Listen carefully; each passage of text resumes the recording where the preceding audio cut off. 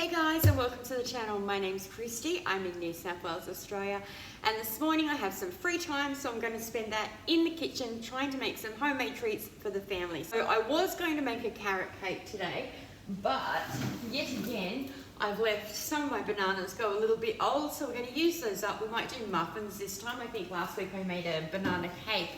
I definitely want to fill up the cookie jar. I might even try some different recipes.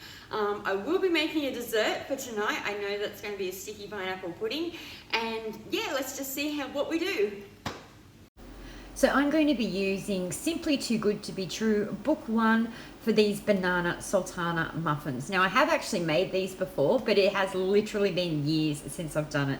So I'm just preheating the oven to 200 degrees, separating 2 egg whites, and I'm just going to combine that with a 1/4 cup of sugar. I actually made a mistake and used 1/2 cup, but that's okay. It can never be too sweet for me. I quite enjoy that.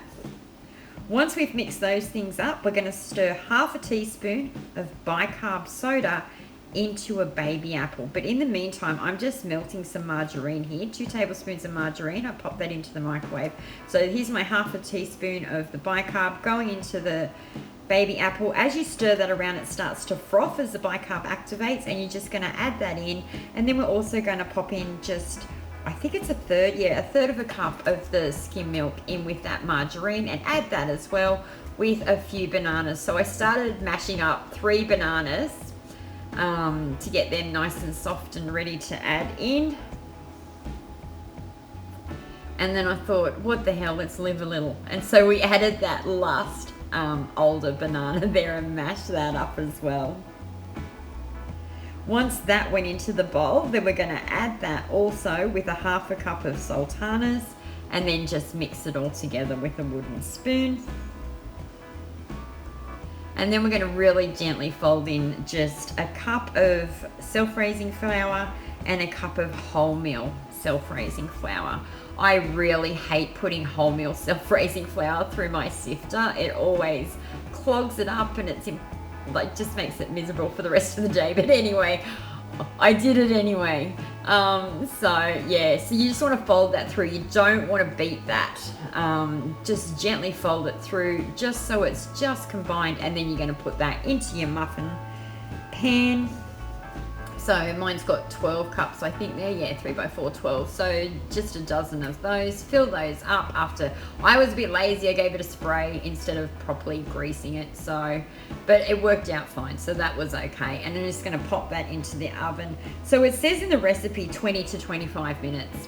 And I set my timer for 25 minutes, and then I completely forgot about it. So there's a big lesson in don't do that at the end.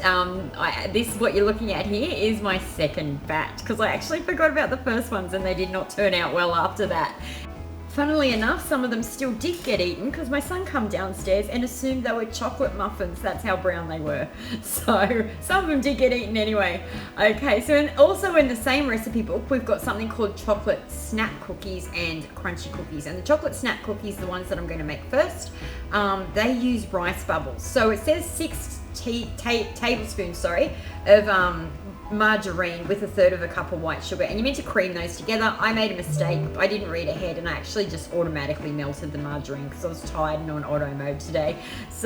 And then you're going to add an egg white to that and beat it up a little bit more. Then we're going to fold in a couple of tablespoons of coconut, 1/2 cup of chocolate chips, and then we're going to sift in some flour. So I think there's 1 cup of self-raising flour, this one, and 2 tablespoons of milk. And then we're just going to fold it together. And once that's all combined, then we're going to add in 2 cups of rice bubbles. I'm not using rice bubbles. I'm just using the Aldi cheapo things. And this is going to go into the oven at 180 for about 20 minutes. I wasn't quite sure how big to make these because I've never done them before. We just kind of eyeballed it and took spoonfuls and did the best that we could. Now, if you look closely behind on the counter, you can see what look like chocolate muffins, but were my disastrous first batch of banana muffins. But here's the good batch of banana muffins that I didn't forget about. And these look quite good, and they tasted pretty nice too. So they were all ready to go. pop them out of the oven to cool onto the rack. That'd be great for breakfast or something like that. I don't eat breakfast very often, so sometimes I like something that's easy and grab and go. So here are the chocolate snap cookies, the rice bubble cookies. I did try one. I'm going to say I'm not a fan. I thought they were a little bit ordinary. I mean, they just taste like a boring chocolate cookie, I guess, chocolate chip cookie, but not a particularly nice one. Then I thought I'd try the crunchy cookies. They're very similar to a cornflake cookie. They got almost all the same thing. So you're just going to cream 6 tablespoons of margarine with 1/3 cup of white sugar, and then add in an egg white and a couple of tablespoons of milk. Mix those with your electric beater. I got a little bit of yolk in there, and then we're just going to add in 2 tablespoons of coconut, half a cup of sultanas, a cup of self-raising flour that we'll sift into there, and 2 cups of cornflakes. So we don't coat these ones with the cornflakes like you probably would with a traditional cornflake cookie. It just all gets tossed into the bowl and mixed all around, and it kind of crushes itself up anyway as you mix it. Now this says it makes 15. I'm not sure how many I got out of it. I didn't actually count. So once that's all combined, you're just going to pop that on your cookie sheet. Again, in the oven, 180, probably about 20 minutes. I think mine were only about 16, 17 minutes, something like that.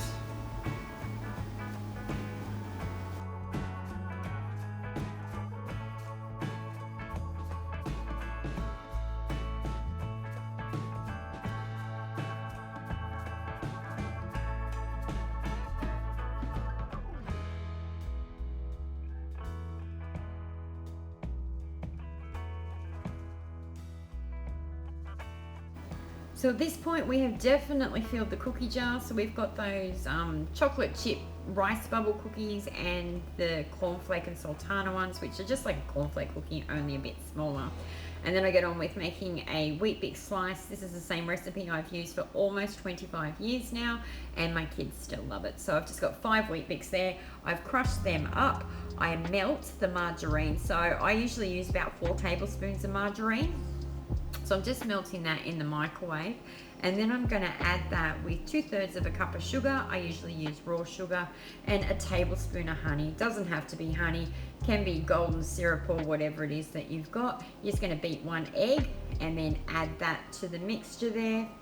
And then it's just a cup of sultanas, a cup of coconut, and then to the dry ingredients, to your Weet-Bix there, you probably just want to pop in your cup of self-raising flour there and mix your dry ingredients together first before adding them to all your wet things, and then mix that all around. The one I made today was a little bit dry actually. It's not usually this dry. Maybe I didn't put in as much margarine as I normally do, but you can always add a little bit more honey if that's a problem for you. And you're just going to press that into a greased tin, pop it in the oven, only 150 degrees, so quite a low heat, for around 30 minutes. And while it's doing that, I just like to do some icing to get ready to go on top. So I just added a little bit of cocoa to a cup of icing sugar, about a dollop of the margarine, and then I just added the milk just till I had the consistency that I wanted, so that it'd be nice and easily spreadable when that thing comes out of the oven. So once that's done, after about half an hour, we pull it out. I let it cool a little bit, but I still want to ice it while it's nice and warm, because it helps the icing spread so much better.